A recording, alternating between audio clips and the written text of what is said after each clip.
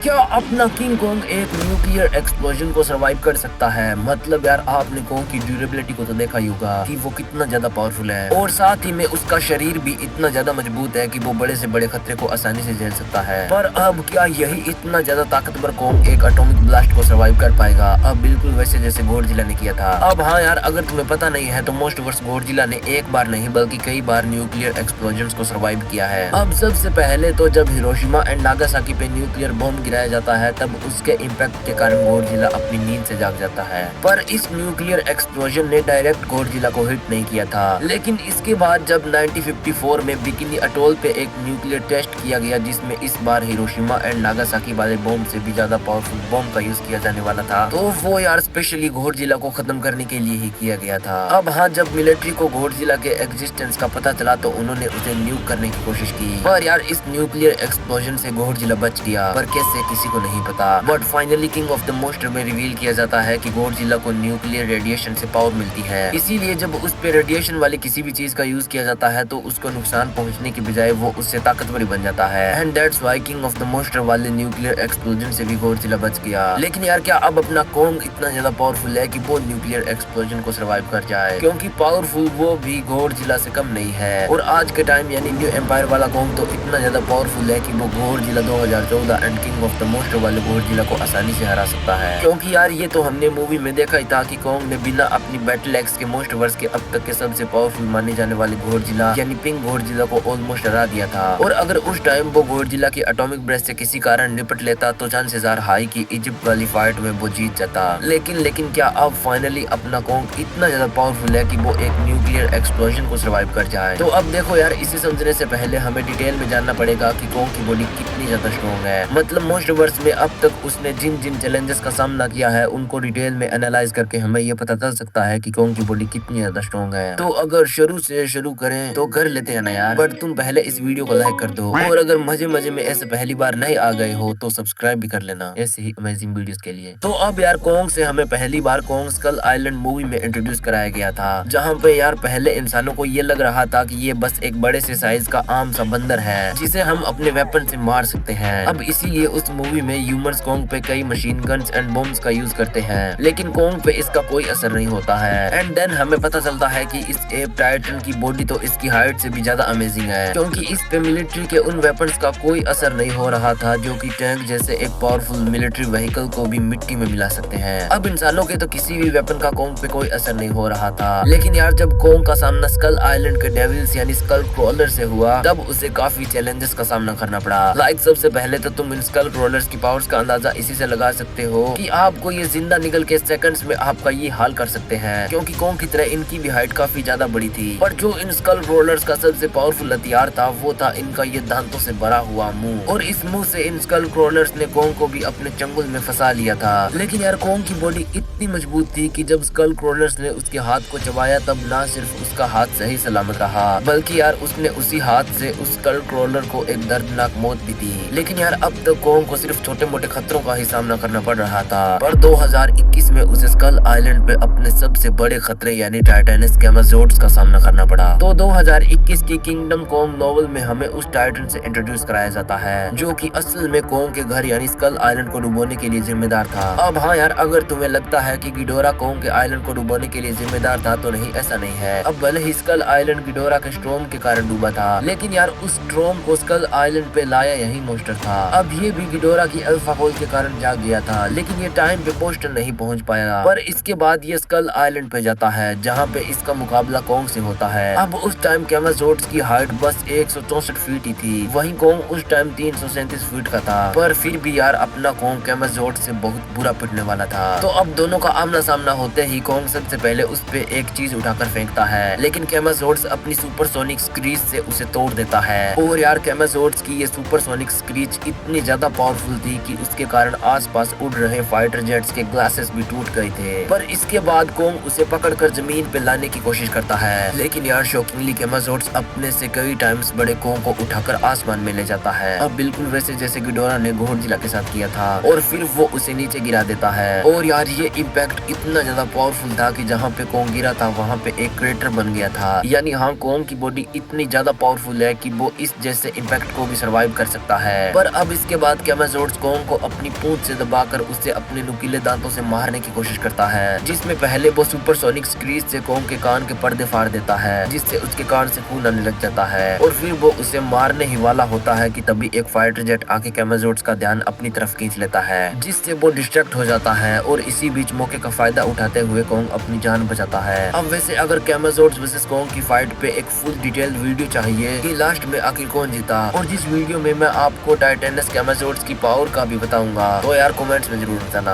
अगर कमेंट्स ज्यादा हुए तो मैं वीडियो बना दूंगा। पर हाँ, कोंग कैमेजोर्ड्स जैसे एक पावरफुल टाइटन से भी बचने में कामयाब था, और उसकी बॉडी भी इतनी ज्यादा स्ट्रॉन्ग थी कि उसने आसमान से गिरने जैसा इम्पैक्ट और सुपरसोनिक स्क्रीज जैसे इफेक्ट को भी सर्वाइव कर लिया था। पर कोंग की बॉडी की असली परीक्षा गॉडजिला वर्सेस कोंग में होती है, क्योंकि उस मूवी में उसे ना सिर्फ स्कल आइलैंड बल्कि पूरी अर्थ के सबसे पावरफुल टाइटन गॉडजिला और उसकी एटॉमिक ब्रेथ का सामना करना पड़ा। अब जब पहली बार गॉडजिला एंड कोंग का मुकाबला होता है यानी ओशन में, उस टाइम तो कोंग बेहोशी की हालत में था और ऊपर से फाइट ओशन में भी हो रही थी, इसीलिए उस टाइम तो कोंग कुछ भी नहीं कर पाया। लेकिन इसके बाद जब सेकंड टाइम उसका और गॉडजिला का आमना सामना होता है, तो इस बार वो भी गॉडजिला को एक अच्छी खासी टक्कर देता है, जिसमें इस बार कोंग को उसकी एटॉमिक ब्रेथ का भी सामना करना पड़ा। अब हाँ, किस्मत से वो उसे छू कर निकल जाती है, लेकिन फिर भी यार गॉडजिला की वीकेस्ट एटॉमिक ब्रेथ का टेम्परेचर भी 20,000 डिग्री सेल्सियस होता है। तो गॉडजिला वर्सेस कोंग वाला गॉडजिला तो काफी ज्यादा पावरफुल था, और उसकी एटॉमिक ब्रेथ भी इतनी ज्यादा पावरफुल थी कि उसने अर्थ की कोर तक एक होल कर दिया था। तो अगर गॉडजिला वर्सेस कोंग वाले गॉडजिला की एटॉमिक ब्रेथ किसी नॉर्मल टाइटन को छू कर भी निकल जाती है तो उसका खेल खत्म समझो। लेकिन कोंग को इससे सिर्फ थोड़ी सी बर्निंग ही हुई थी, यानी हाँ, उसकी बॉडी काफी ज्यादा हीट को भी सह सकती है। पर इसके अलावा क्या कोंग की body extreme amount of pressure को झेल सकती है? तो यार इसका पता भी हमें इसी मूवी में चल गया। अब हाँ, तब जब एपेक्स वाले उसे होलो अर्थ पोर्टल से होलो अर्थ में ले जाते हैं। अब जो worm holes hollow earth and earth को जोड़ते हैं, जब उनमें कोई चीज एंटर करती है तब उसकी स्पीड इतनी ज्यादा हो जाती है कि उसका इफेक्ट आप इन लोगों पे देख सकते हो। और ऊपर से ये लोग तो उन व्हीकल्स में बैठे हैं जो कि स्पेशली बने ही इस काम के लिए है, यानी वो स्पीड के कारण लगने वाली फोर्स को आसानी से झेल सकते हैं। पर फिर भी इंसानों का ये हाल हुआ, लेकिन अपना कोंग इससे मस्त हंसते खेलते बाहर निकल गया,